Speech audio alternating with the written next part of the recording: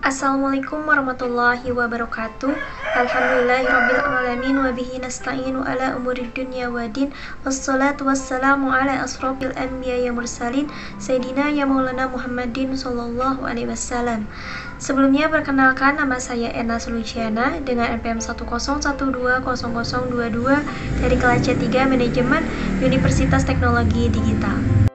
Sebelumnya, video ini ditujukan untuk memenuhi nilai ujian tengah semester pada mata kuliah pendidikan agama dalam semester 5. Materi yang saya akan paparkan atau yang saya akan jelaskan yaitu tentang Ma'rifatul Quran. Sebelum saya akan menjelaskan tentang Ma'rifatul Quran, lebih baik kita mengenal dulu apa itu tafakur. Kegiatan tafakur menggunakan akal dan kolbu. Akal adalah berpikir membayangkan, kolbu adalah merasakan. Tujuan bertafakur adalah untuk meningkatkan kesadaran, bukannya untuk menjadi pintar. Kalian tahu juga Allah akan murka kepada orang-orang yang tidak mau berpikir, seperti dijelaskan dalam Quran Surat Yunus ayat 100. A'udzu billahi minasyaitonir rajim. Bismillahirrahmanirrahim. Wa ma kana li nafsin an tu'mina illa bi'idnillah wa yaj'alur rizqa 'alal ladina la ya'qilun. Artinya, dan tidak ada seorang pun akan beriman kecuali dengan izin Allah, dan Allah menimpakan kepada orang-orang yang tidak mempergunakan akalnya.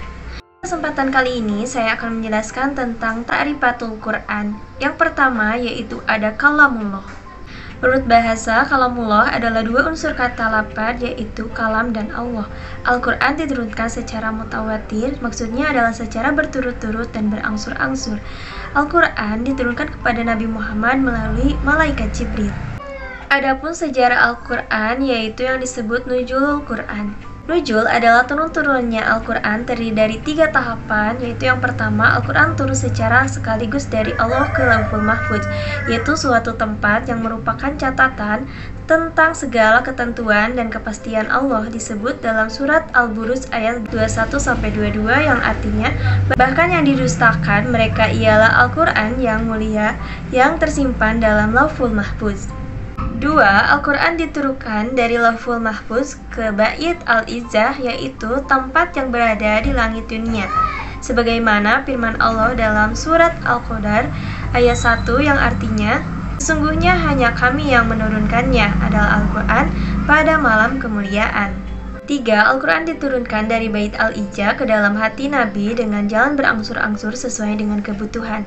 Hal ini disyaratkan dalam Quran Surat Al-Syu'ara ayat 193-195 yang artinya dibawa turun oleh Ar-Ruh Al-Amin Jibril ke dalam hatinya Muhammad agar kamu menjadi salah seorang di antara orang yang memberi peringatan dengan bahasa Arab yang jelas. Membacanya adalah ibadah. Sesungguhnya orang-orang yang selalu membacanya kitab Allah dan mendirikan sholat adalah menafkahkan sebagian rezeki yang kami anugerahkan kepada mereka dengan diam-diam dan terang-terangan. Mereka itu mengharapkan perniagaan yang tidak akan merugi. Quran Surat Fatir ayat 29. Mukjizat artinya sesuatu yang luar biasa yang bertentangan dengan adat atau keluar dari batas-batas faktor yang salah diketahui. Dan jika kamu tetap dalam keraguan tentang Al-Quran yang kami wahyukan kepada hamba kami Muhammad, buatlah satu surat saja yang semisal Al-Quran penolong-penolongmu selain Allah jika kamu orang-orang yang benar. Quran Surat Al-Baqarah ayat 23. Al-Quran dari segi isinya pun mengandung mukjizat pula, diantaranya yang pertama, di dalam Al-Quran terdapat berita-berita dan berjanji-janji mengenai masa yang akan datang, di mana hal ini merupakan hal yang di luar kemampuan manusia untuk mengetahuinya. Kedua, di dalam Al-Quran terdapat pula fakta-fakta ilmiah yang tidak mungkin diketahui manusia di tanah Arab pada waktu itu, tetapi fakta-fakta tersebut dijelaskan dengan tepat dan sekarang dibuktikan dengan kebenarannya. Istimewaan Al-Quran sebagai mukjizat yang dimiliki Nabi Muhammad SAW. Al-Quran diturunkan Allah dan langsung dipeliharanya olehnya. Sesungguhnya kamilah yang menurunkan Al-Quran dan sesungguhnya kami yang benar-benar memeliharanya. Quran Surat Al-Hijr ayat 9. Perlu kalian ketahui yaitu Al-Quran tidak turun sekaligus. Seperti diketahui, Al-Quran turun secara berangsur-angsur selama 22 tahun, 2 bulan, 22 hari. Al-Quran bersifat pembenar dari kitab-kitab sebelumnya, dijelaskan dalam Quran Surat Al-Ma'idah ayat 48. Dan Al-Quran juga berlaku untuk seluruh umat manusia. Ya, dengan Al-Quran. Al-Quran diturunkan melalui malaikat Jibril. Al-Quran diturunkan ke dalam hati Nabi Muhammad. Al-Quran diturunkan untuk umat semesta alam. Al-Quran diturunkan di kota Mekah. Al-Quran diturunkan di bulan Ramadan. Al-Quran diturunkan di malam Lailatul Qadar. Al-Quran diturunkan dengan bahasa Arab. Al-Quran secara bahasa. Al-Quran berasal dari bahasa Arab yaitu Quran, di mana Quran sendiri merupakan akar dari qara'a yaqri'u Quran. Kata Al-Quran secara bahasa berarti bacaan. Al-Quran secara istilah sebagai firman Allah yang diwahyukan kepada Nabi Muhammad. Beberapa nama lain dari Al-Quran, yang pertama yaitu Alkitab. Dalam bahasa Arab ada Alkitab. Alkitab itu yaitu buku yang dikhususkan atau buku khusus seperti Al-Quran. Ada juga yang dinamakan Kitabun. Kitabun itu adalah buku yang secara umum. Dijelaskan dalam Quran Surat Al-Baqarah ayat 2 yang berbunyi, "Dzalikal kitabu la raiba fihi hudal lil muttaqin."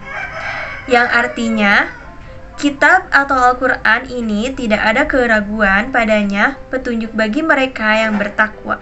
Kedua yaitu Al-Huda. Beberapa hari yang ditentukan itu ialah bulan Ramadan.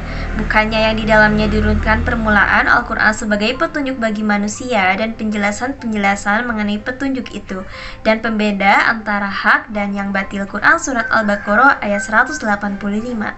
3. Ar-Rahmah. Dan kami turunkan dari Al-Quran sesuatu yang menjadi penawar dan rahmat bagi orang-orang yang beriman, dan Al-Quran itu tidak akan menambah kepada orang-orang yang zalim selain kerugian. Quran Surat Al-Isra ayat 182. 4. An-Nur. Al-Quran menjadi cahaya bagi kehidupan yang akan menuntun ia menuju cahaya kebenaran, menjauhkan dari kegelapan serta kejahilan. Ar-Ruh berarti menghidupkan sesuatu selayaknya jasad manusia. Al-Quran diartikan sebagai ruh untuk menghidupkan hati manusia yang telah mati. Yang terakhir yaitu Asyifa berarti penawar atau obat atau penyembuh bagi manusia zahir maupun batin, khususnya penawar untuk penyakit hati manusia. Sekian penjelasan tentang Ta'rifatul Quran dari saya. Mohon maaf apabila ada kesalahan, karena itu datanya dari saya dan kelebihan adalah datangnya dari Allah Subhanahu wa Ta'ala. Wassalamualaikum warahmatullahi wabarakatuh.